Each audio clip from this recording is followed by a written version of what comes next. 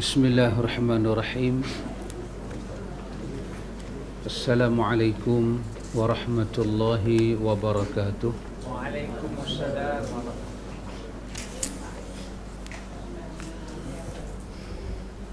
Alhamdulillah.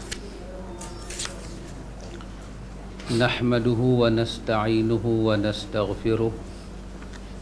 Wa na'udzu billahi min shururi anfusina wa min sayyiati a'malina.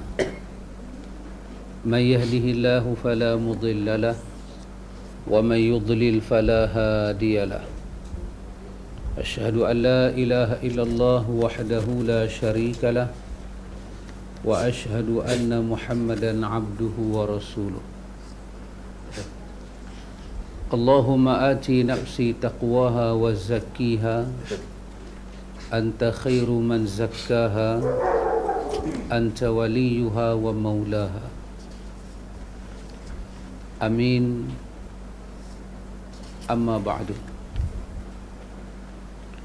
Ikhwatul iman, ikhwatu fiddin, a'azzakumullah wa uhibbukum fillah.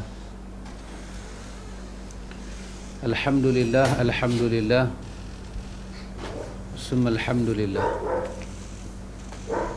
Alhamdulillah, ikhwatul iman, kita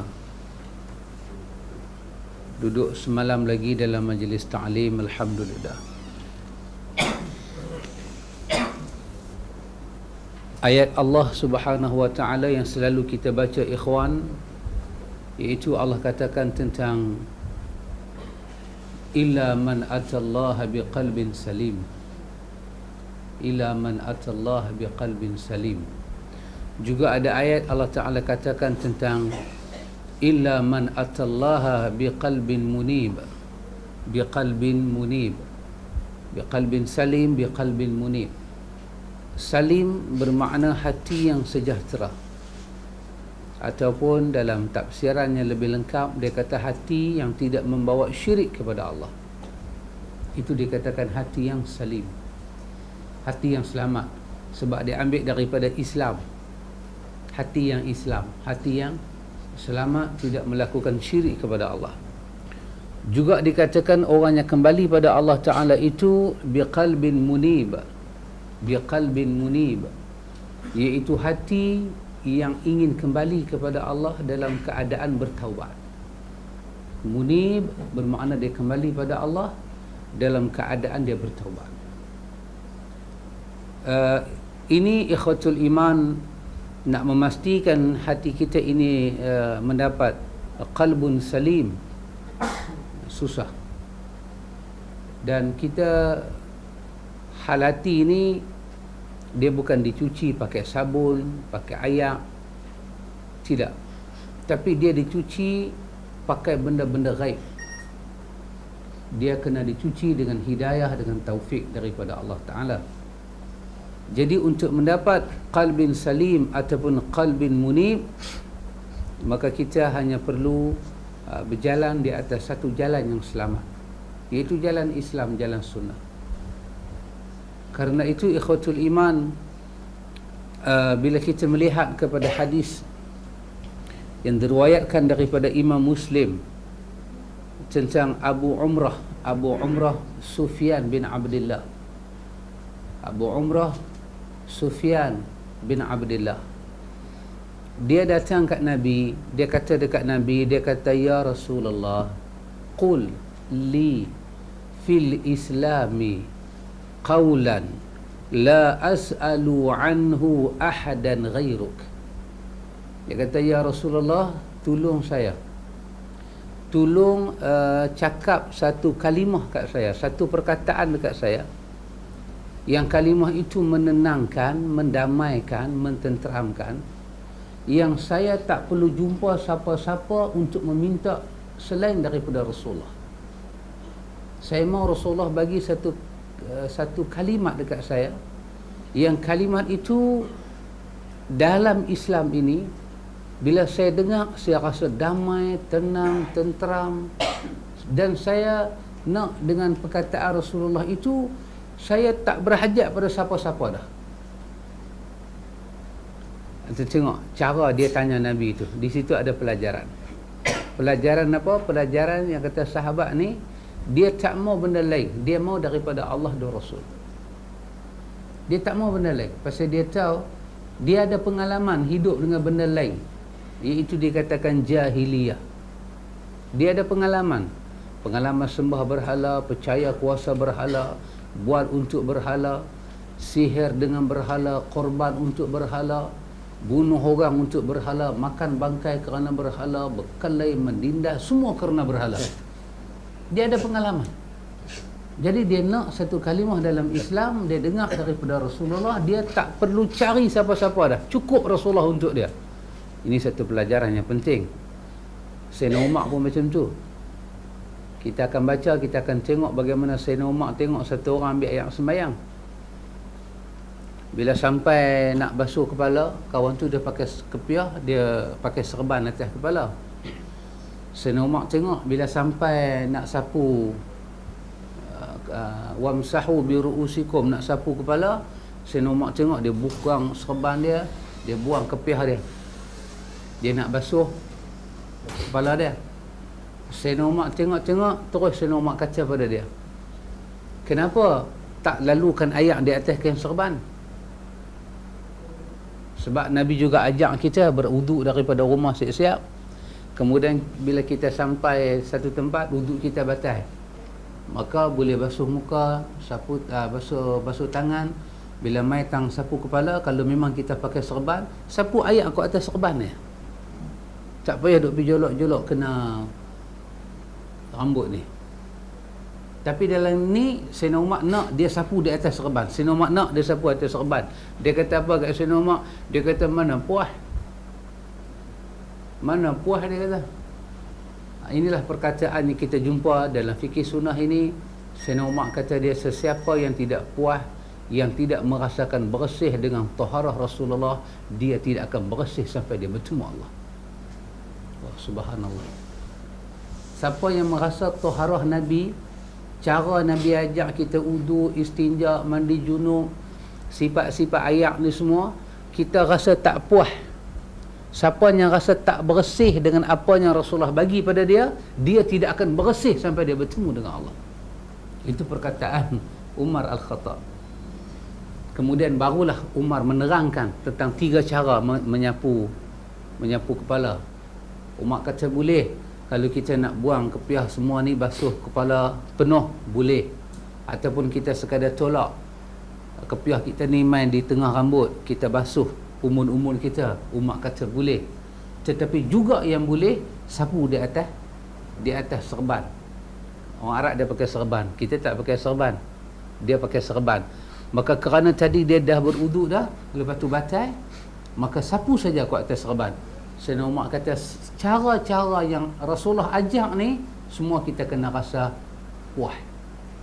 Semua kita kena rasa puas. Subhanallah, subhanallah. Jadi sahabat ni juga macam tu, yang kata Abu Amrah Sufyan bin Abdullah, dia minta Nabi ajak satu kalimah, bagi satu nasihat, bagi satu pegangan, bagi satu bimbingan, dia tak berhajat dah ke siapa-siapa. Maka apa Nabi kata pada dia? Subhanallah, ini daripada Jawami' Kalim, Jawami'ul Kalim. Nabi ini Allah Ta'ala beri kepada dia, dia mampu mengungkapkan kalimah yang pendek tapi makna yang besar, maknanya luas. Jawami'ul Kalim ni Allah Ta'ala bagi kat dia sebagai mukjizat perkataan. Maka Nabi kata pada dia, Nabi kata, Sufyan, qul amantu billah summa istaqim. Pendek aja. Sufyan, qul amantu billah thumma istaqim. Nabi kata, Sufyan, katakanlah amantu billah, aku beriman dengan Allah, thumma istaqim. Kemudian luruslah di atas perkataan itu. Luruslah, istiqamahlah. Oh subhanallah. Yang ni lah rasanya ikhwatul iman. Kita duduk belajar siang malam pagi petang, hak ni yang paling payah sekali. Paling payah sekali. Ulama-ulama Ahlus Sunnah kata apa dia? Summa amantu billah summa istaqim. Amantu billah, kita menyatakan dengan hati dan dengan lidah kita beriman kepada Allah. Kita menyatakan amantu billah, aku beriman kepada Allah, kita kata dengan hati dan dengan lidah. Summastaqim, kemudian kita lurus. Kemudian kita lurus. Lurus bermakna istiqamah. Dalam ayat Allah kata fastaqim kama umirtu. Fastaqim kama umirt. Luruslah kamu seperti mana kamu diperintahkan. Ulama-ulama ahlu sunnah kata apa dia? Kata para ulama ahlu sunnah, kita kena lurus di dalam syariat Allah Ta'ala seperti mana Allah perintah, dengan mendahulukan ikhlas kepada Allah. Itu istiqamah. Kita lurus di atas syariat Allah Ta'ala seperti mana Allah Ta'ala perintah, dengan mendahulukan ikhlas kepada Allah. Kerana itu kita dapat, ikhwan, sepanjang kita duk belajar ni, mungkin ada sikit kelainan kita dengan para sahabat. Mereka mampu mendepankan ikhlas. Kemudian mereka letak benda kedua lepas ikhlas, mutaba'ah, ikut Nabi. Mereka mampu letak. Kita dalam bab ni ada masalah lagi, tak mampu lagi. Hatta kita bukan kata belajar akidah. Akidah ni satu bab yang besar. Satu bab yang besar. Bab yang terlalu penting. Tak boleh letak lagi. Apa yang Allah Ta'ala suruh letak, ayat-ayat Allah Ta'ala letak depan, ikhlas kita letak depan, tak jadi lagi. Tak boleh nak jadi lagi. Tak selesai lagi. Lalu kita kata kita sayang kat Nabi, tak payahlah buat maulud Nabi, ikut sunnah Nabi cukuplah. Ada orang tasawuf cakap, dia kata memanglah maulud tu kalau tengok dengan mata kasar dia bid'ah, tapi tengok dengan mata hati itulah hakikat sunnah. Dia ada dua mata. Dia kata tengok dengan mata kasar memanglah dia bid'ah, tapi cuba tengok dengan mata hati ni, pancarkan daripada mata hati, itulah hakikat. Jadi apa yang bid'ah secara zahir bukan bid'ah secara batin. Kadang-kadang yang bid'ah secara zahir itulah hakikat sunnah secara batin. Subhanallah, dia ada dua mata. Ni orang Melayu panggil mata-mata. Mata-mata ni masalah. Subhanallah, tak selesai bab tu. Kita kata mailah kita sayang Nabi macam sahabat sayang, Umar sayang, Osman sayang. Kan kita baca dah dalam Sahih Bukhari, dalam bab sembahyang kasar ni, apa kata Abdullah bin Mas'ud ketika dia tengok Osman radhiyallahu anhu sembahyang 4 rakaat Zuhur di bumi Mina. Apa Abdullah bin Mas'ud kata? Inna lillahi wa inna ilaihi raji'un. Itu kalimah orang mati. Ya, dia ucap kalimah tu, dia kata Osman telah mematikan sunnah Nabi. Subhanallah. Dia sanggup kata inna lillahi wa inna ilaihi raji'un, kerana kata Abdullah bin Mas'ud, sallaitu ma'a Rasulillah wa Abu Bakrin wa Umar.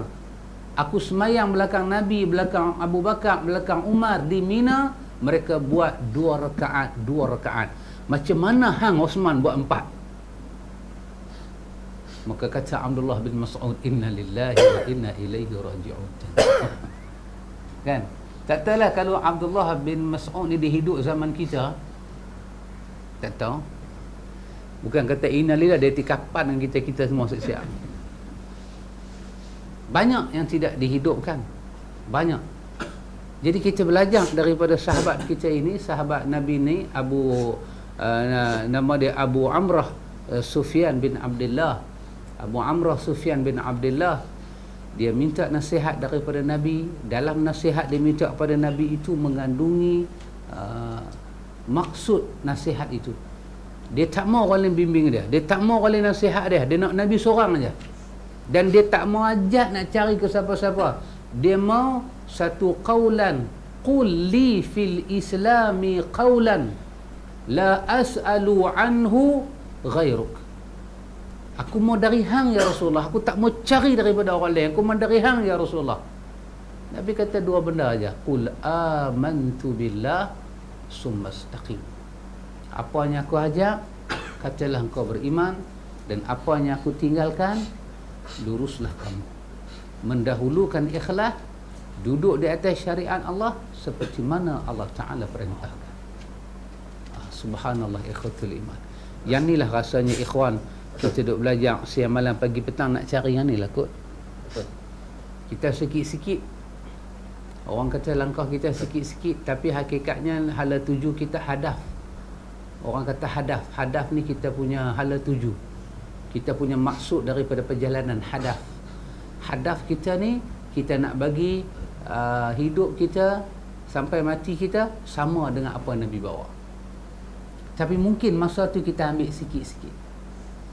Mula kita belajar akidah, lepas tu kita belajar ibadah, kemudian kita belajar akhlak, satu persatu kita belajar. Alhamdulillah ikhwatul iman, alhamdulillah. Jadi ikhwan, kerana itu kita juga tambah satu kuliah lagi, iaitu kita cadang nak membaca buku ini, iaitu Sahih Fikih Sunnah. Fikih Sunnah. Kalau Syekh Sabit dia Fikih Sunnah saja. Yang ni ditulis oleh Abu Malik Kamal bin As-Said Salim.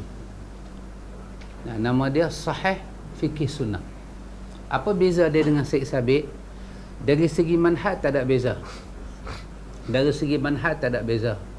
Dari segi penyusunan bab juga tak ada beza. Dari segi dalil-dalil pun tidak ada beza. Cuma mungkin beza sikit. Abu Malik Kamal bin As-Said Salim ni, dia menamakan kitab dia Sahih Fikih Sunnah. Perkataan dia itu merujuk kepada hadis-hadis yang dia ambil sebagai dalil dalam buku dia. Dia hanya ambil yang sahih sahaja. Dia berbeza sikit dengan Syekh Sabit. Syekh Sabit ni yang dhaif pun dia ambil. Lepas tu dia bagi penjelasan. Dan dalam Fikih Sunnah Syekh Sabit, hadis palsu pun ada. Beberapa tempat ada hadis palsu. Syekh Nasaruddin Albani membuat buku nama Tamamul Minnah. Macam kita kata apa, dia pergi scan balik hadis-hadis itu dan disusun, dan dia bagi tahu tang sini adalah dhaif, tang sini adalah palsu, tang sini mungkin Syekh Sabit. Kadang-kadang yang ni maksud saya cerita ni bukan saya condemn Fikih Sunnah, tidak. Cuma nak bagi tahu beza dia.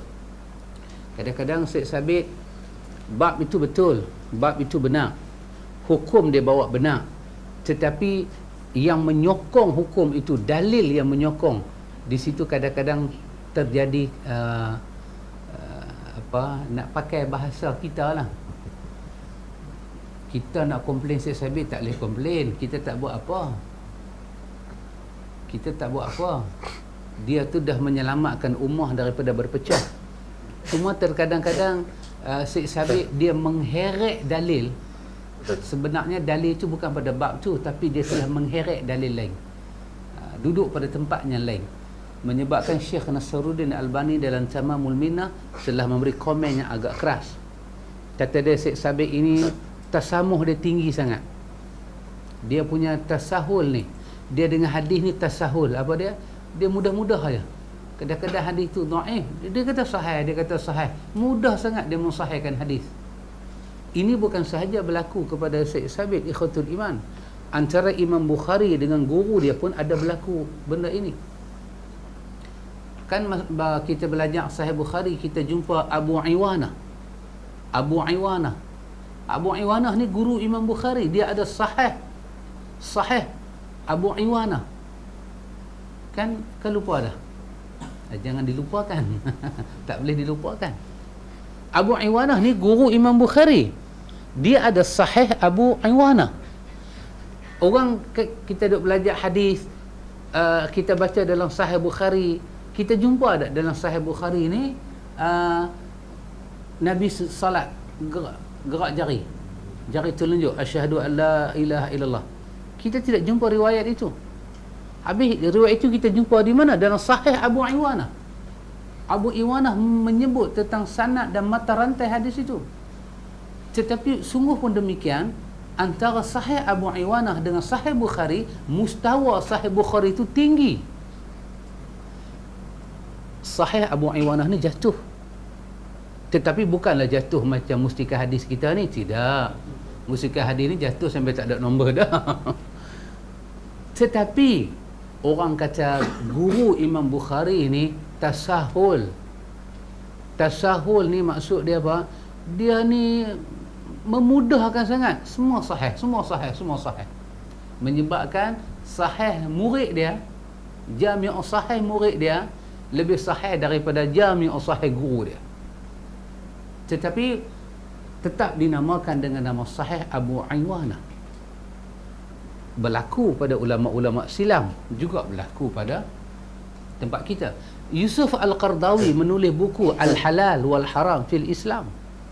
Halal dan haram dalam Islam. Saya ingat buku ni ada terjemahan Melayu. Tapi ini jangan cerita ke orang lah. Nanti orang ingat kita nak memperlekehkan ulama contemporary ni. Tidak. Yang ni kita cakap dari segi ilmu. Yusuf Qardawi, profesor, dia tu Profesor Dr. Yusuf. Saya nak komplain ni, mau sedang dirilah siapa Pak Amir kan. Tapi saya nak buat perbandingan ilmu. Apabila Dr. Yusuf Qardawi menulis tentang al-Islam, al-halal wal-haram fil Islam, dan membawa dalil-dalil, Syekh Nasaruddin Albani telah mengambil buku Yusuf Al-Qardawi dan dia telah menyusun balik hadis-hadis yang ada dalam buku tu, dan dia telah menghantar balik pada Yusuf Al-Qardawi, dan dia menyatakan pada tempat ini ada kesilapan teknikal. Berlaku, benda itu memang berlaku. Ini kita bukan masalah orang itu nama dia jatuh ke tidak. Ini adalah ilmu. Cuma kalau orang tu dia tak mempunyai dada yang terbuka, dada yang sempit, maka berlakulah pelanggaran. Apa hang pandai-pandai kata buku aku tak betul, aku berjaga siang malam pagi petang, bercengkang mata tulis siap semua, hang begitu tak betul. Tapi dah Yusuf Al-Qardawi bila menerima komen daripada Syekh Nasaruddin Albani, dia menyatakan alhamdulillah. Dia menyatakan syukur dia kepada Allah Ta'ala. Pasal apa? Pasal Allah membetulkan apa yang dia sendiri rasa macam dekat dia betul dah, tapi ada orang datang membetulkan. Subhanallah ikhwatul iman. Maka kalau berlaku dia macam Syekh Sabit ini, kita tak heranlah. Syekh Sabit sendiri menyatakan dia kata apa, walastu min ahli dalil, aku ini bukan daripada ahli dalil, aku bukan daripada orang yang tahu dalil, tapi aku nak membuat sesuatu sumbangan. Maka kita tengok dalam bab jenazah, dalam fikih sunnah Syekh Sabit, dalam bab jenazah, di antara yang bermanfaat kepada si mati, Syekh Sabit menyusul, di antaranya ialah berpuasa. Kalau si mati itu ada puasa yang dia sepatutnya dia boleh puasa tapi dia tak puasa, maka kita boleh ganti puasa dia, waris-waris boleh ganti. Ini di antara benda yang bermanfaat untuk si mati. Kemudian Syekh Sabit juga memasukkan boleh qada sembahyang. Boleh qada sembahyang yang si mati itu tidak sembahyang. Allah wajibkan sembahyang masa dia hidup tapi dia tak sembahyang. Maka bila dia mati, Syekh Sabit kata kita boleh qada sembahyang pada dia. Dan Syekh Sabit membawa hadis daripada Sunan Ibnu Majah, menyebut sahabat bertanya, bolehkah aku qada sembahyang bapa aku? Nabi kata, kalau bapa hang berhutang, hang bayar hutang tak? Dia kata ya. Nabi kata kalau begitu hutang sembahyang dengan Allah lebih berhak dibayar. Syekh Nasaruddin Albani ketika memberi komen kepada fikih sunnah Syekh Sabit, dia menyatakan Syekh Sabit selepas pandang hadis ini adalah hadis yang palsu. Tapi Syekh Sabit telah memasukkan dalam kitab dia. Mungkin kerana dia menyebut diri dia itu bukan daripada bidang dia. Tetapi jangan kita melupakan jasa besar dia. Ini teknikal yang berlaku. Itulah kita katakan inilah ilmu ikhwan. Kadang-kadang satu orang macam Syekh Sabit itu pada tahun berapa? Hasan Al-Banna tahun berapa? 19 ke 18? 19 lah. Al-Banna lepas daripada jatuh kerajaan Turki kan. Saya ingat Al-Banna dengan kita tak sampai 100 tahun lagi. Kan dah sampai dah. Tak sampai lagi kan. Dia duduk di bumi Mesir, melihat orang berpecah kerana 4 mazhab. 4 mazhab dalam Islam, tapi mazhab tu tak boleh kahwin dengan mazhab ni tak boleh kahwin dengan mazhab ni. Hasan al-Banna, orang kata dia ni orang sufi. Betul, Hasan al-Banna orang sufi, sangat sufi. Hasan al-Banna membuat sambutan Maulid Nabi, menziarahi kubur-kubur tok-tok wali. Memang itu dia buat, diikuti oleh Syekh Qutb rahimahullah. Itu tak dapat kita nafikan, kerana itu adalah sejarah. Tetapi adakah kerana itu kita nak menafikan jasa mereka? Bagaimana keadaan kaum muslimin Mesir kalau Syekh Sabit tidak menumbuhkan Ikhwanul Muslimin? Apa nasib mereka? Akan lebih teruk dan lebih parah. Dan kita melihat masa itu, bukan kata Hasan al-Banna ke Syekh Sabit, kita juga belajar bagaimana Abu Hanifah Nu'man mengakui ada hadis dia tak jumpa. Syekh Wali Allah, Syekh Dehlawi Wali Allah daripada India, ulama hadis daripada India, dia juga menyatakan pelik, manusia ni pelik. Kalau aku katakan kepada dia, sahabat yang duduk zaman Nabi, ada masa mereka tak dan pergi ke kuliah Nabi dan menyebabkan mereka tertinggal hadis.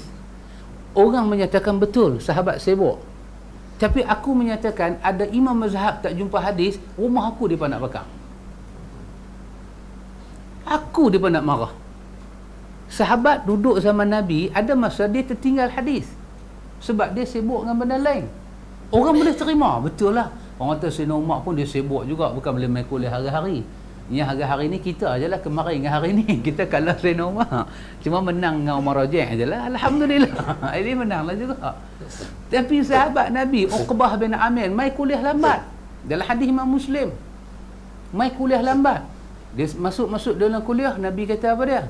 Lepas ambil wudu, sembahyang 2 rakaat, lepas tu baca doa wudu, 8 pintu syurga tu buka.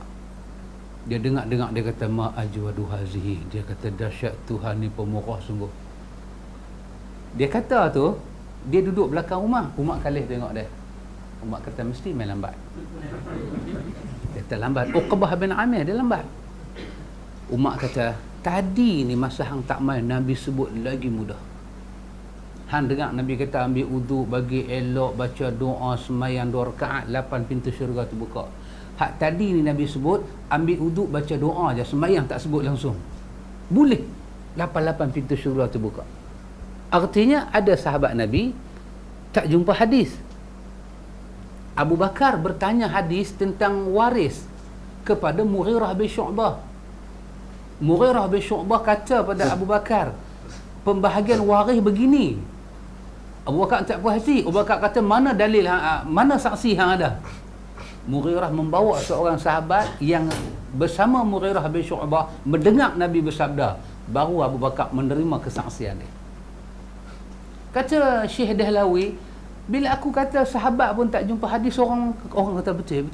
Bila aku kata imam mazhab ada tak jumpa hadis, dia perang aku. Mana boleh imam hadis tak jumpa? Semua hadis dia jumpa. Lah, imam hadis duduk zaman lain, sahabat duduk zaman lain. Maka kalau benda itu berlaku di kalangan para sahabat, benda itu juga berlaku di kalangan para orang yang hidup selepas zaman sahabat, maka diperlukan jiwa yang terbuka. Kata Hasan Syaibani, kalaulah Imam Abu Hanifah hidup, nescaya dia akan tarik banyak fatwa-fatwa dia. Abu Hanifah akan tarik banyak fatwa-fatwa dia. Dia kata kalau bapa mewariskan harta, bapa telah mewakafkan harta untuk Allah, tiba-tiba bapa mati, maka anak yang ada ni boleh mencabar wasiat bapa yang dia telah wakafkan harta itu. Anak-anak boleh cabar dan anak-anak boleh mewarisi harta yang bapa wakaf. Kata Hasan Syaibani, kalaulah dia jumpa hadis yang sahih, Nabi kata yang telah diwakaf tak ada waris, nescaya dia akan tarik balik fatwa dia. Maka yang inilah kita kata kelebihan mereka. Sikit kita kata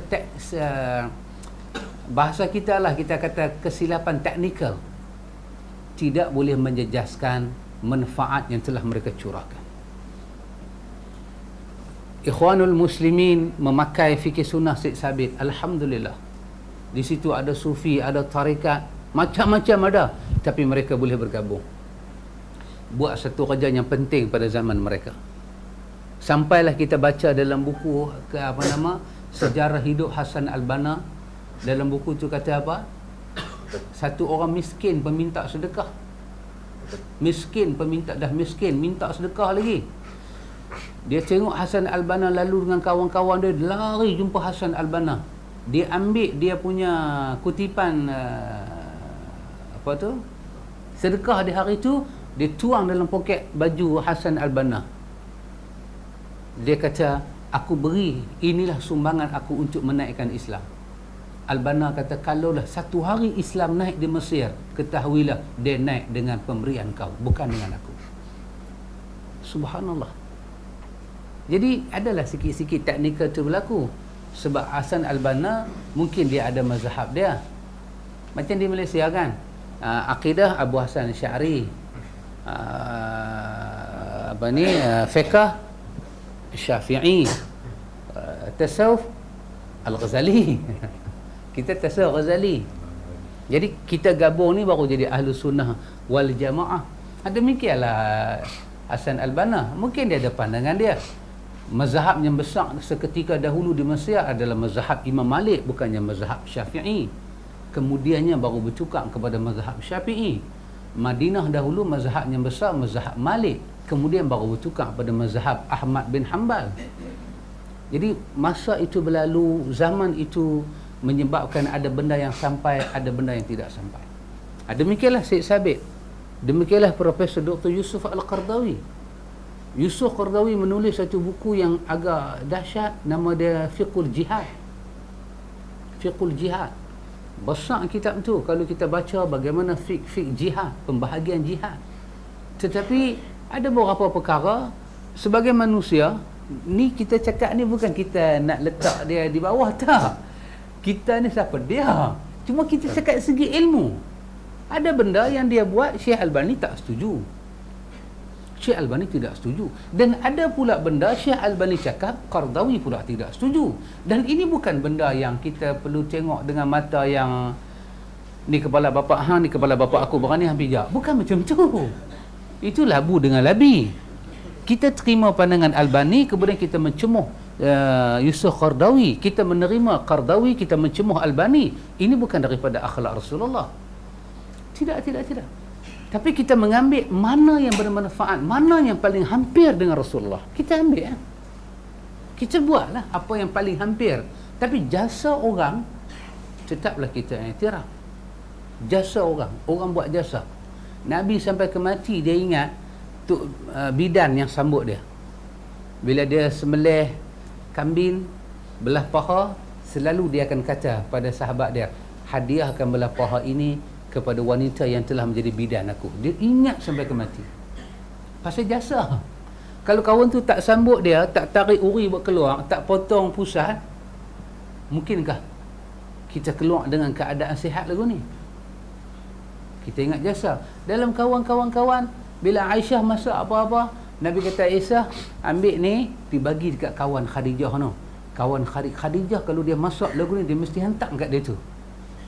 Dia ingat. Hubung silaturahim, jasa orang kita ingat. Pasal itu dalam hadis Nabi menyebut, man lam yashkurin nas lam yashkurillah. Siapa yang tak erti berterima kasih pada manusia, dia dianggap tidak bersyukur kepada Allah. Maka Quran kata kepada kita, wa ahsin kama ahsanallahu ilaika, wa ahsin kama ahsanallahu ilaik. Kau buat baiklah seperti mana Allah buat baik pada engkau. Banyak Allah buat baik pada kita ni. Banyak. Orang lain duk sesama hacim makan macam-macam ubat. Kita alhamdulillah. Boleh kata satu hari itu sekali je kita bersin, lepas tu tak bersin dah. Dia itu duk hacim, merah hidung-hidung. Dah merah hidung, duk menyala lagi di mulut, berasap lagi. Kita Tuhan bagi alhamdulillah. Ini satu kesyukuran kepada Allah. Maka kita bersyukurlah dengan apa-apa yang ada. Maka itulah kita katakan tadi, daripada akidah sampailah bab kita menunaikan salat, kita cuba mencari apa yang paling hampir. anak murid Syekh Albani menulis mausu'ah, satu mausu'ah macam ensiklopedia tentang fiqh, tentang salat, anak murid Syekh Albani. Dan Syekh Nasruddin Albani banyak kritik Syekh Sabiq ketika dia buat Tamamul Minnah. Dia kritik penulisan Syekh Sabiq. Anak murid Syekh Nasruddin Albani ini, ketika dia menulis mausu'ah fiqh salat ini, dia menyatakan daripada susunan bab-bab yang aku tulis ni, aku start dengan satu muqaddimah, aku buat satu bab. Daripada bab taharah, aku cerita pasal ayam, aku cerita pasal pembahagian najis. Kesemua ini dia kata aku boleh menulis kerana aku mengambil manfaat daripada bab yang dibuka oleh Syekh Sabiq. Guru dia mengkritik Syekh Sabiq, tapi si murid menyatakan aku telah mendapat manfaat daripada susunan bab dalam fikih sunnah. Termasuk yang kita baca ini, As-Sahih Fikih Sunnah ni. Dia ada 5 jilid macam ni. Kalau hak Arab tu 3 jilid. Yang ni 5 jilid macam ni. Kalau nak beli 5 jilid, mau juga kena puasa Isnin dengan Khamis. Silap-silap Sabtu pun kita puasa juga. Nak bagi cukup tabung. Kan? Jadi kita nanti ikhtiar lah. Macam mana kita, pasal muqaddimah dia saja, ikhwatul iman, muqaddimah dia saja, daripada dia nak bagi penjelasan kepada kita sebelum dia masuk bab, muqaddimah dia saja daripada muka surat 1 sampai muka surat 86. Ni muqaddimah dia saja. Tak masuk bab lagi. Yang ni baru masuk bab taharah. Tetapi apabila kita membaca muqaddimah dia, saya merasakan ada satu perkara baru kita belajar. Apa itu fiqh? Kita tahu ayat musta'mal, mutaghayyir, mutanajis, mutlaq, muqayyad, semua kita tahu. Tapi bila kita baca muqaddimah dia yang saya kata 86 muka surat ni, saya ingat masuk Ramadan, habis Ramadan, puasa 6, raya, dekat-dekat nak raya haji baru nanti habis. Bab tak baca lagi. Bab tak baca lagi. Itu pun kalau ustaz tak buat perangai. Kalau dia baca 2 baris, dia kono ikut lain. Raya lagi sekali baru habis muqaddimah. Kita akan dapat satu benda baru. Dan lebih seronok, dalam muqaddimah dia ini, ikhwatul iman, ada 3 orang memberi komen. Hadis-hadis yang dalam ni dikomen oleh 3 orang. Pertama oleh Syekh Nasruddin Albani, kedua oleh Abdul Aziz bin Abdullah bin Bas, yang ketiga oleh Syekh Muhammad bin Salih Utsaimin. 3 orang yang saring hadis-hadis dalam buku ini. Jadi bila kita baca buku dia, kita ni bukan orang yang mengaji hadis secara orang kata munakasyah, talaqi ni tak. Kita banyak lagi kita tak tahu. Jadi bila kita baca buku macam ni, satu kerja kita selesai. Satu kerja selesai. Kalau kita ambil masalah macam buku Tanbihul Ghafilin, kita letak 100 kerja tak selesai lagi. Perawi siapa, matan macam mana, sanad macam mana, nak rujuk dalam kitab mana, matan yang asal. Ya betul, saya dengar dalam radio, secara sombrono lah saya ceritakan. Dalam radio, dia pada buat rakaman pengajian bola radio. Ustaz tu membaca ni lah, Tanbihul Ghafilin, kan? Masa bab taubat. Dia masuk bab taubat, cerita tentang yang sahabat Nabi pi zina dalam kubur dengan mayat. Sahabat tu dia buka kain kafan. Benda ni terjadi di bumi Madinah. Sahabat Nabi ahli syurga boleh buat benda tu, zina, dan dia mai cerita pada Nabi, dan Nabi tak mengenakan apa-apa hukum had pada dia. Lepas tu Nabi halau orang yang nak bertaubat. Lepas tu mayat tu pula bangkit. Ini sudah jadi macam majalah Mestika. Mayat tu bangkit pula. Mayat tu kata, celaka hang telanjangkan aku, hang junubkan aku. Lepas tu mayat tu tumbang balik. Dia terkejut, dia takut, dia lari pergi menangis dekat Masjid Nabawi. Pergi menangis. Sayyidina Umar tengok, Sayyidina Umar kata kat Nabi, Nabi tanya Umar, hang menangis pasal apa? Kata Sayyidina Umar, di depan masjid itu ada satu budak muda, qad ahraqa fuadi, tangisan dia itu bakar hati aku sampai aku nak menangis. Tapi kita panggil, tapi cara ustaz tu cerita sedap lah. Macam kita duk makan ais kacang dengan cendol, sedap, dia jadi sedap. Cara dia buat suara dia serak basah lagi naik, sekali turun kita dengar, ui takut. Oh dahsyat ni, dosa besar. Nabi kata, hang menangis pasal apa? Hang menangis pasal apa? Dosa aku besar, lebih besar daripada langit, bumi semua. Nabi kata, dosa hang dengan ampun Tuhan yang mana besar? Dia pun cerita kata, ampun Tuhan lagi besar. Nabi kata, hang menangis pasal apa? Dia pun cerita, saya buat lagu ni kat mayat tu, saya tak boleh macam mana tu nak kontrol. Masa dia hidup pun dia comel, dia mati nampak lagi comel. Saya tak boleh tahan, saya zina dengan dia. Dia bangkit, dia marah saya tu. Nabi dengar, Nabi kata apa kat dia? Nabi kata, ukhrud ya fasik. Lah ni juga hang keluar daripada masjid aku. Malaikat ni tegur Nabi pula. Jadi kebetulan saya pun ada satu juga tahmilul ghafilin tu. Jadi masa dia duduk baca tu, saya duduk tengok lah. Bila tengok nota kaki yang para muhakkik buat kepada hadis tu, dia bubuh di situ terang-terang, hadis ini adalah hadis yang palsu. Yang buku saya punya tu, nota kaki saya duduk tengok. Tapi ustaz ni baca macam hadis riwayat Al-Bukhari, dia pergi terus. Macam mana tu? Ulama hadis kata hadis ni hadis yang batil, mungkar, tak ada asal usul, tak ada sumber, sanad tak ada, matan tak ada, tiba-tiba gam kata dia keluar seketui. Dan isi dia madmumul hadis, sangat bertentangan dengan sunnah Nabi. Sangat bertentangan. Nabi pernah cerita 100 orang bunuh orang. Nabi tak cerita dengan perasaan halau. Ma'iz direjam depan Nabi. Nabi kata taubat dia boleh dibahagi pada 70 penduduk ahli Madinah. Itu semua riwayat yang sahih. Malaikat pula turun daripada langit, Muhammad, hang bagi makan orang, hang bagi minum, hang bagi rezeki, hang bagi hidup, hang bagi mati, hang terima taubat orang. Malaikat pula menghemput Nabi. Sedangkan Nabi dengan Jibril ni, jangan cakap macam mana punya best friend. Mereka boleh tadarus Al-Quran dalam bulan Ramadan. Tiba-tiba Jibril marah pada kekasih Allah. Tidak begitu. Jadi kerana kita tak tahu, kita baca hak seketui itu bahan mentah, tak ada siapa tahqiq kat kita, maka banyak kita langgar. Banyak sangat kita langgar. Jadi susahlah. Jadi pasal itu kita berhajat buku-buku macam ni. Yang ni yang menandakan kita ini seorang talabul hadis.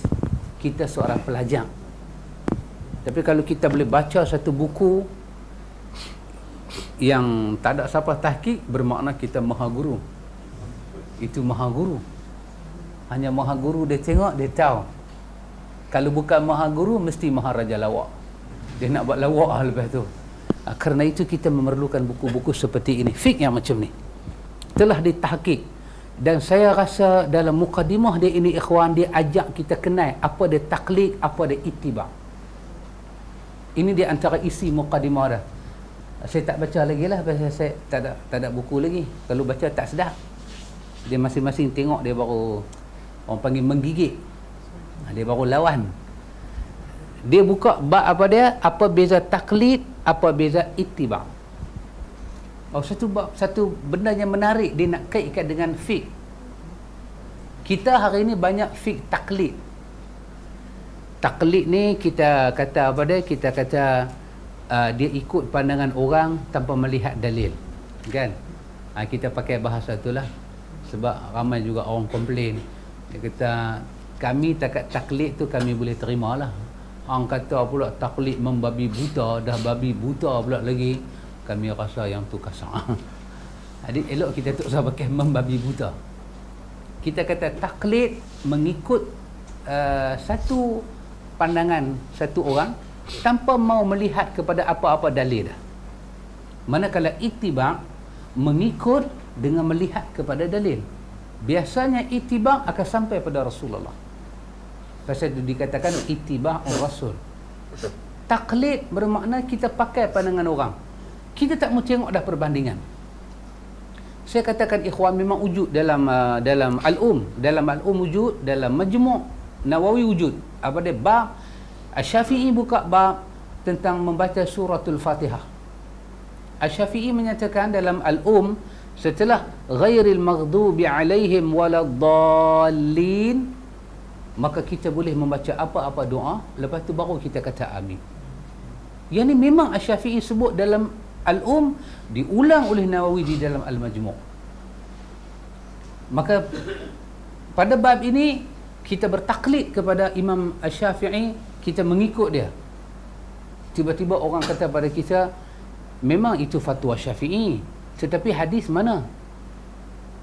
Aku tak peduli lah, ikut Syafi'i daripada mula sampai akhir pun dah boleh masuk syurga dah. Yang ni nama dia taklid.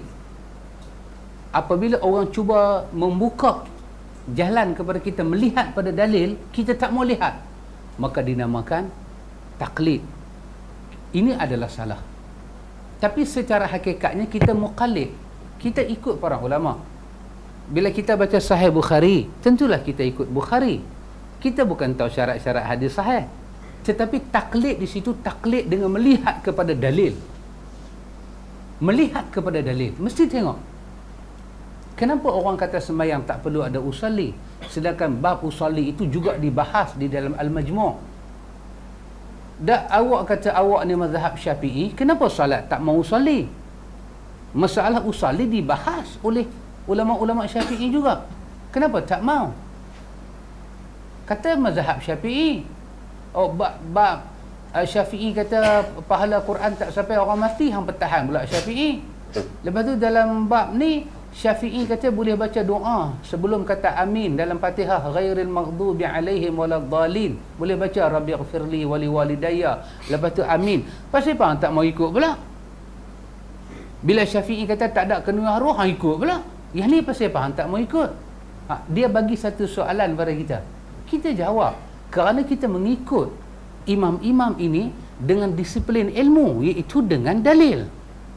Itu yang Nabi ajak kepada kita. Itu yang kita faham dengan kalimah ittiba'ur rasul. Semua kena ada sandaran, mesti diidhafahkan kepada Nabi. Ma udhifu ila Nabi, apa yang kita boleh sandak kepada Nabi secara sahih. Lafaz dia, statement dia sahih, kita panggil matan. Kemudian pembawa riwayat itu kena sahih, kita panggil sanad. Di sinilah tempat kita melihat kebenaran dan kita membuat penilaian. Kalau Syafi'i kata boleh baca doa dalam Fatihah, ghairil maghdubi alaihim waladdallin, Syafi'i imam besar, mujtahid, kalau dia tersalah pun dia dapat satu pahala. Tapi pasal apa tak mau ikut? Kerana kita mula nak lihat ketika Syafi'i sebut benda itu, dia bersandarkan kepada apa. Maka ketika dia bercakap bab itu, dia tak sandar pada apa-apa, dia hanya memberi pandangan dia sahaja. Seperti kata Imam Ibn Qayyim, Imam Syafi'i benar, tetapi dalam bab ni lebih benar kita tinggalkan apa yang dia ajak kita buat, kerana kita ini mengikut pada sumber-sumber yang ada, bukan menghina Syafi'i. Tetapi itulah beza di antara taklid somrono dengan ittiba'. Itulah beza dia. Ini satu bab ikhwatul iman, bukanlah satu bab, satu tajuk yang dia buka sangat menarik. Lepas tu dia bawa satu dialog di antara orang yang mengikut sunnah dengan orang yang suka taklid. Orang yang mengikut sunnah dengan orang yang suka taklid. Saya bagi satu contoh. Kita dalam urusan kita duk mengaji ni, bukan saja kita melihat kepada cerita, tapi kita nak tahu cerita itu kebenaran dia ada ke tak ada. Baik. Kadang-kadang cerita tu kebenaran dia ada. Kemudian kita tengok, walaupun cerita tu ada kebenaran, dia boleh tak jadi hujah. Satu bab lagi satu. Satu, kita nak tengok cerita tu benar tak benar. Tengok-tengok benar. Dah dia benar, dia naik stage yang kedua, dia boleh tak jadi hujah walaupun dia benar. Saya bagi contoh, kita mengaji kan dalam Sahih Bukhari, hadis-hadis bila sampai riwayat Abdullah bin Abbas, macam mana Abdullah bin Abbas mati. Apa yang jadi masa dia mati? Masa diusung mayat dia ke Taif, betul? Mayat dia berada di belakang Masjid Taif, betul Pak Jang? Baik, masa diusung mayat, saya dengan Pak Jang satu guru. Saya tanya Pak Jang kan Pak Mit. Jadi masa diusung mayat Abdullah bin Abbas tu bawa ke Taif, apa jadi masa tu? Semua pengusung mayat boleh mendengar ada orang yang membaca suratul Fajri. Ya ayyatuhan nafsul mutmainnah.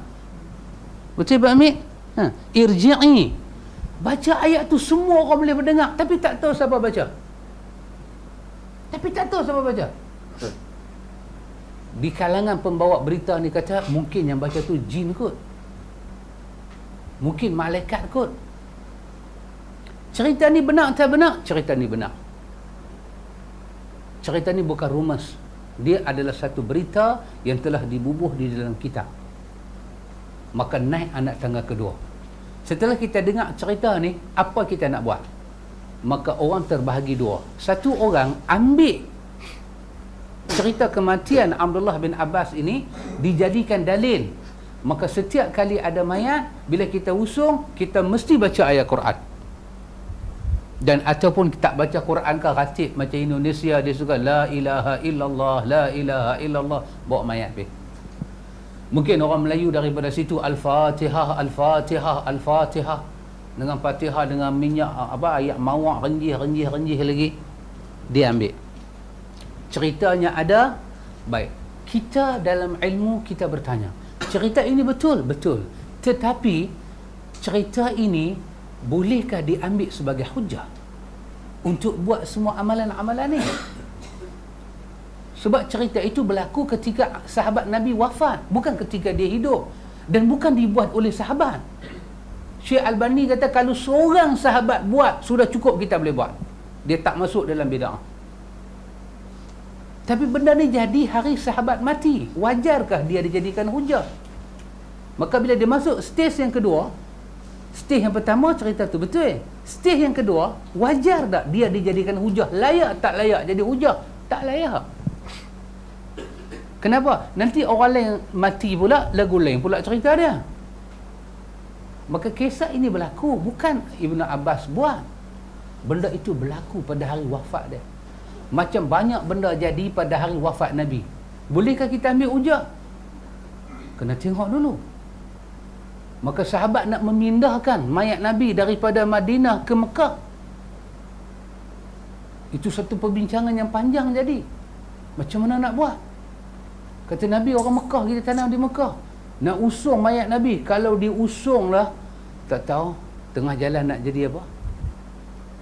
Bincang dan bincang. Abu Bakar kata Nabi ni tang mana dia mati, tang situlah kubur dia. Maka berlaku perbincangan para sahabat. Sebahagiannya boleh jadi hujah, sebahagiannya tak boleh jadi hujah.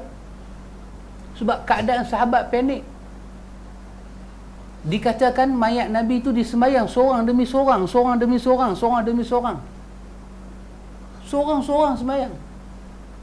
Inilah gamaknya. Sebagian orang ambil hujah mayat Nabi ditahak sampai sehari dua hari, sembayang pun seorang demi seorang. Gamaknya mereka kata kalau raja-raja mati lagu itulah kita buat, mengambil contoh Nabi. Betul, tapi layakkah itu dijadikan contoh? Itu sunnah Nabi kan? Masa Nabi hidup, dia ajak macam tu kah? Tak. Dia ajak sembahyang mayat berjemaah. Tapi pasal apa hari dia mati jadi lagu tu? Itu hari yang kalut. Yang mati itu junjungan alam. Jangan main-main. Kita ada kawan kita kan hafaz Quran. Pak dia mati. Dia tak boleh jadi imam. Dia tak boleh jadi imam. Dia suruh saya jadi imam.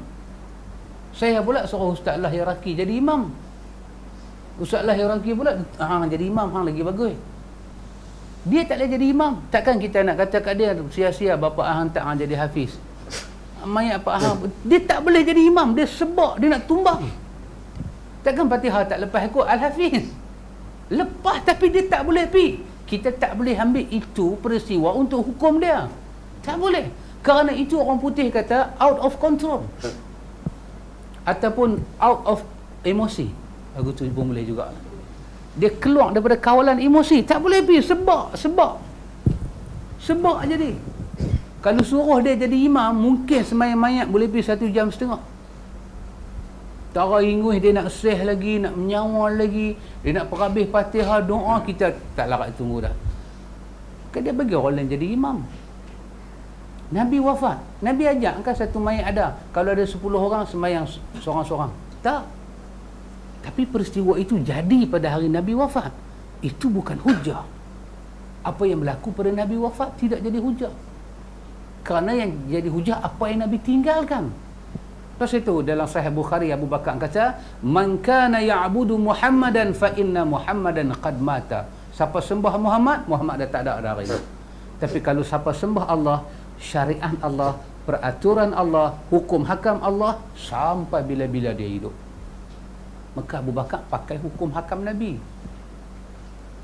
Jadi dalam muqaddimah ini kita memang perlu kita baca muqaddimah dia, walaupun 86 muka surat ni ada benda dia nak sampai kat kita. Dia boleh buat kita faham fiqh dengan automatik kita faham fiqh. Dengan contoh-contoh yang dia bawa kepada kita. Kemudian ikhwatul iman, dia juga membahas kepada kita tentang syubhat-syubhat. Tentang syubhat-syubhat. Dalam ilmu ni ada benda syubhat yang kita tak perasan. Banyak syubhat dia. Kadang-kadang ikhwatul iman, dia akan cerita dalam buku ni, kadang-kadang mendiamkan diri lebih baik daripada menjawab. Bukan pasal kita bodoh, pasal kita nak meninggalkan syubhat. Nak meninggalkan syubhat. Orang kata biarlah dia menyalak bukit seorang-seorang, tak runtuh bukit tu. Bila kita jawab, macam kita duk pisau bara api kat dia, dia lagi cengih, dia lagi cengih. Kita jawab, dia lagi cengih. Kita jawab, dia lagi cengih. Kita tinggalkan dia, kita tumpu pada benda lain. Kita orang panggil apa? Tatbiq. Kita tak melawan dia bukan pasal kita tak melawan, sebab kita rasa bila kita lawan dia dalam bab tu, kerja yang patut kita buat tergendala. Kita backpi kat dia, kita tatbiq, backpi kat dia.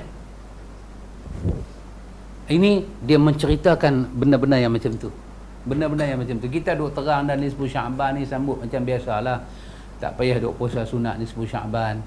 Kan kita duk puasa 12, 13, 14 sampai 15 tu kita duk puasa hari-hari Ayyamul Bid.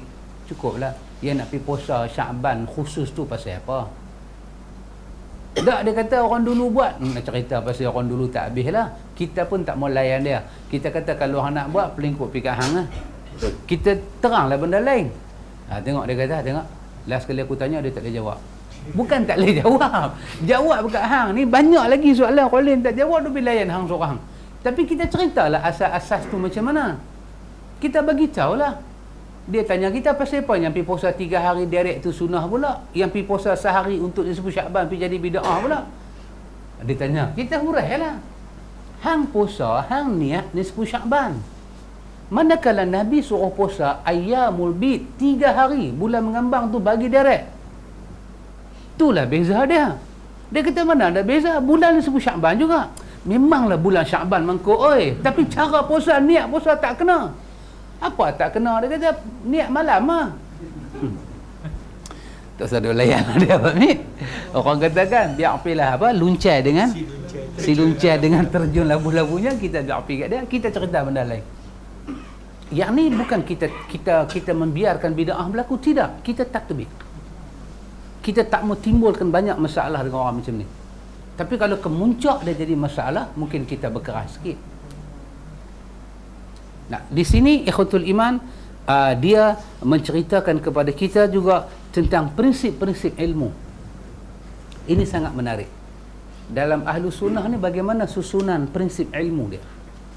Kena meletak Al-Quran di atas, letak sunnah-sunnah yang sahih di bawah, letak ijma' para ulama, baru kita letak khilaf yang mu'tabar.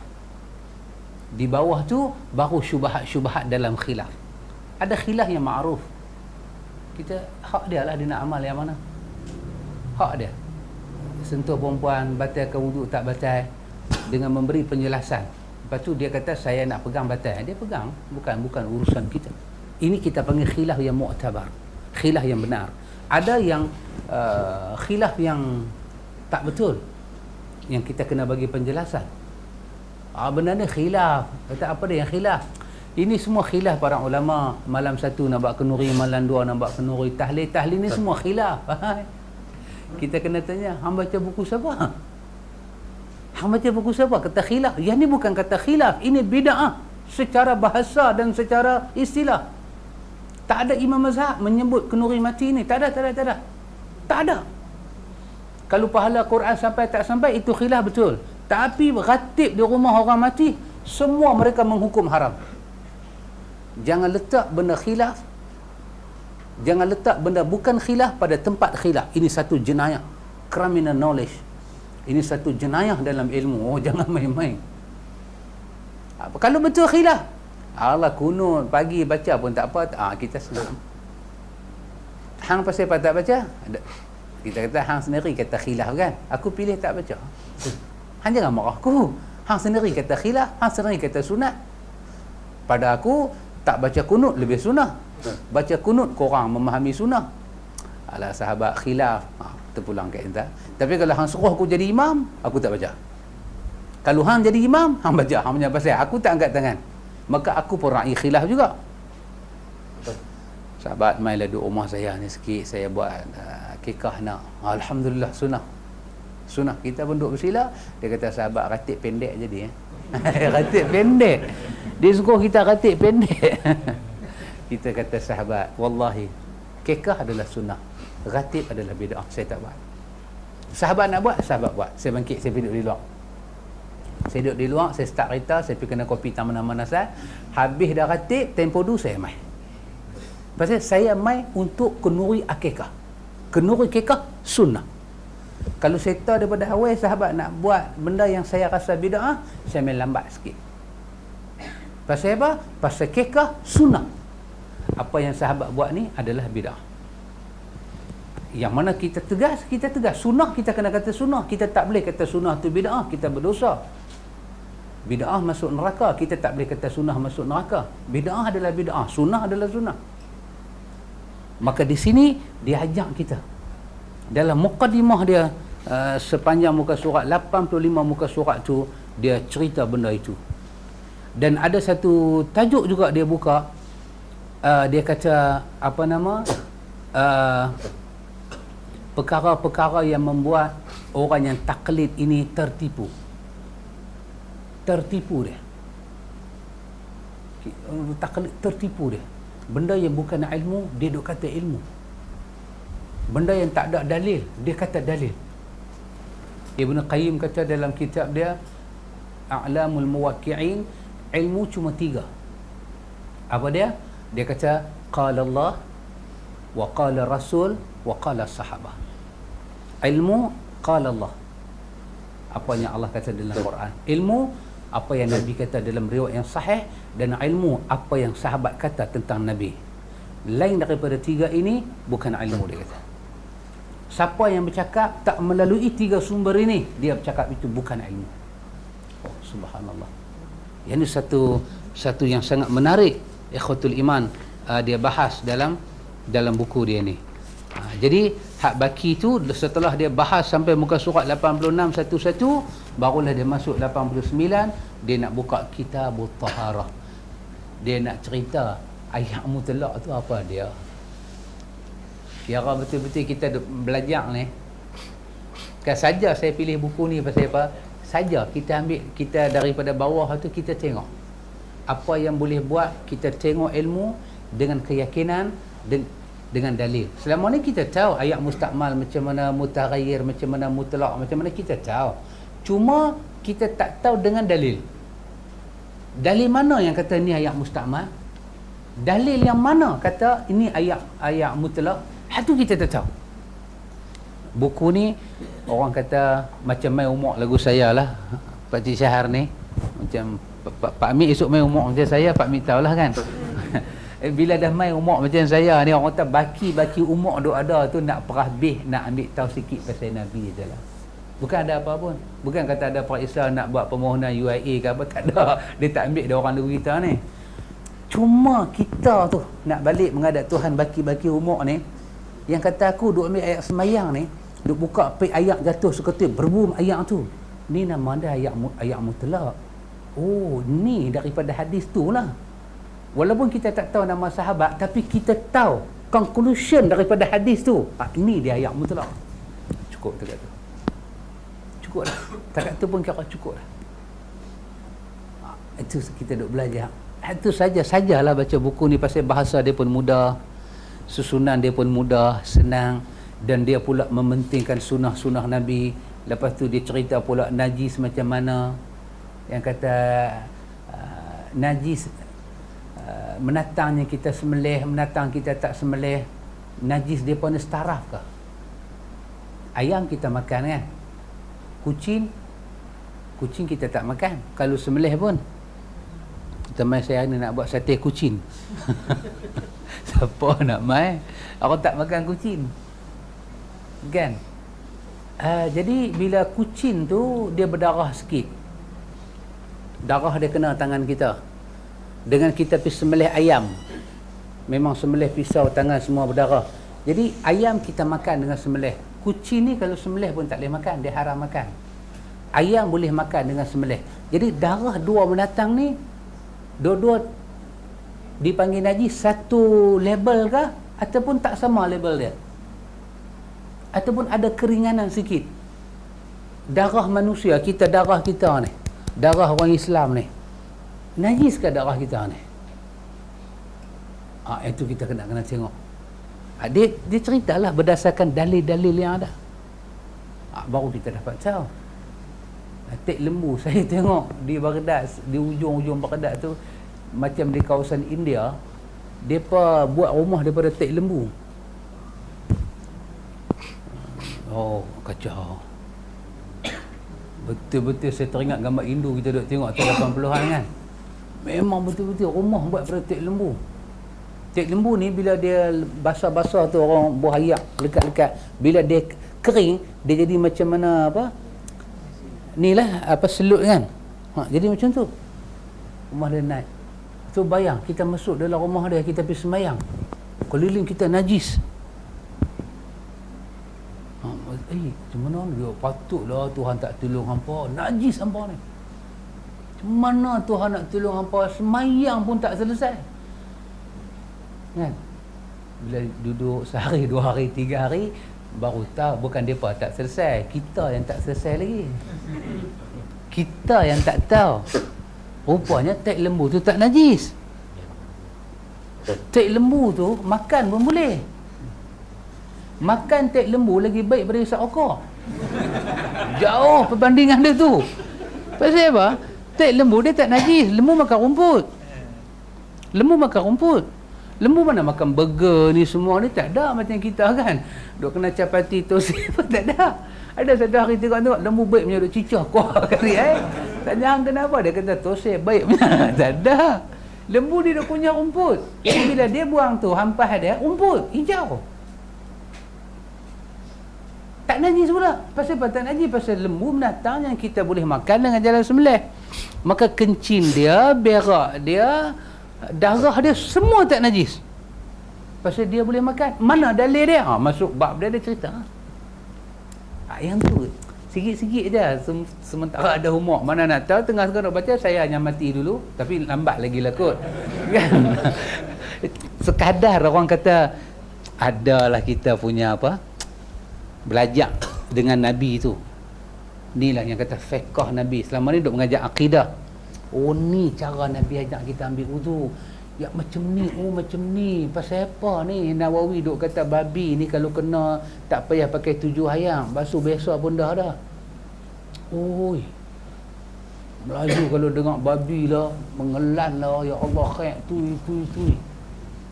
Aku tak lalu makan nasi kan. Dulu mula-mula duk tersik gelugok kan. Sekali-sekali Kampung Selamat tu punya aroma tu mai kan. Dia mai lah sekali, Allah. Tapi tak bau dah. Tapi dulu ni mula-mula bau. Kita buat perangai orang Melayu, muntah tak keluar pun jolok bagi muntah. Lepas tu ada pula ustaz-ustaz kata dengan babi ni, kalau termakan babi kena samak sampai dalam rengkong. Tu dia. Ada ustaz bagi fatwa dalam televisyen macam tu. Saya ingat lagi masa tu kita pergi makan bubuk kacang di rumah Pak Cik Nazri. Pak Cik Nazri buka Hijrah TV. Ustaz tu tengah duk bercakap. Ustaz tu kata kalau macam dulu dia kata sosis ni apa kan. Ada kelongsong babi ke apa ke dalam tu. Siapa yang dah makan sosis, kena samak mulut. Macam mana samak mulut? Ambil air tanah tu bola mulut kamak. Oh, tu. Lepas tu ayat mutlak. Dahsyat. Saya punya tengok tak terkata apa, depa keluar TV. Keluar TV ni kira Sahih Bukhari lah. Tak boleh bantah lah. TV 1 pun dia lani, dia kata dah yang sahih. Jadi nak kata apa? Kita boleh tengok lagu tu. Tapi Nawawi kata apa? Babi ni tak payah sama. Nawawi, yang Ustaz Hijrah ni kata kena sama. Nawawi kata tak payah sama. Jadi kan ada pelanggaran jurubu tu berlaku. Nawawi kata tak payah sama. Ustaz ni kata kena sama. Jadi kita nak ikut Nawawi kan nak ikut Ustaz ni.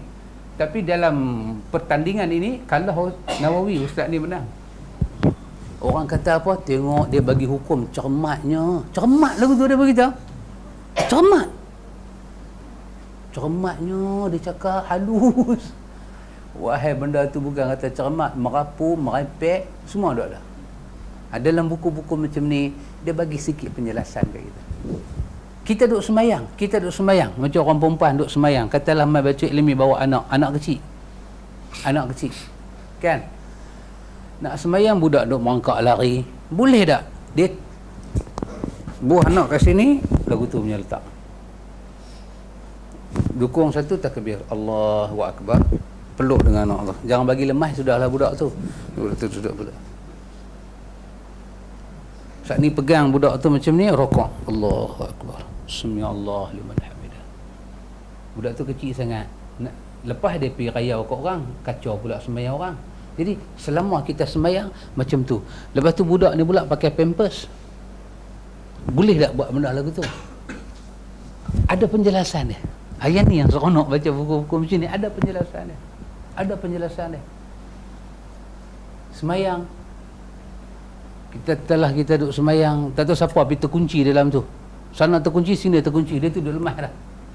Ni tengah duduk sembahyang ni, nak pergi buka pintu tu boleh tak? Kiblat belah sini, pintu duduk belah rusuk kita ni. Nak berjalan macam ketam, duduk pergi tepi tu, nak buka, nak bagi pelepas. Sekali kalau tak menyawa arwah ni. Kalau nak praktis jenazah betul-betul boleh lah, biar pergi dia dalam tu. Tapi nak pergi buka, tengah sembahyang, nak pergi buka pintu. Dalam buku ni ada cerita dia. Dia kata boleh jalan macam ketam. Dengan syarat kiblat tak lari ya. Faham? Dan katalah, tadi anak saya tanya dalam kereta, abah, kita bangkit rakaat kedua, terkejut, terlentang pergi kat belakang. Jadi, Mak Hafiz tanya dalam kereta tadi, batal tak sembahyang tu abah, dia tanya. Batal tak sembahyang tu abah? Kan? Adik mak dia tolong jawab. Mak dia kata setahu mak tak batal lah. Bapak dia tambah lah kat atas. Kan? Dia kata tak batal lah. Pasal apa? Tak sengaja. Tak ada plan apa pun. Dia memang nak bangkit kan. Tapi terlentang kat belakang. Cuma saya pesan, kata kat dia, jangan terlentang sampai kain tersolok mai atas kepala. Segala putih mengali pun nampak kat orang habis. Kan? Yang tu batal lah. Yang tu batal lah. Pasal apa? Aurat dah terbuka. Tapi sekadar pi lagu tu aja. Boleh stand lagi dengan tangan, dengan kaki. Masuk balik dalam sah sembahyang. Pasal apa? Mengambil teladan, Nabi kata tengah sembahyang boleh bunuh benda berbisa. Kita boleh pukul benda berbisa kan? Takkan nak tampak dia macam tu? Kita duduk sembahyang, lipan bara mai, duduk tengah tahiyat akhir, lipan bara mai. Besok mai kat aku.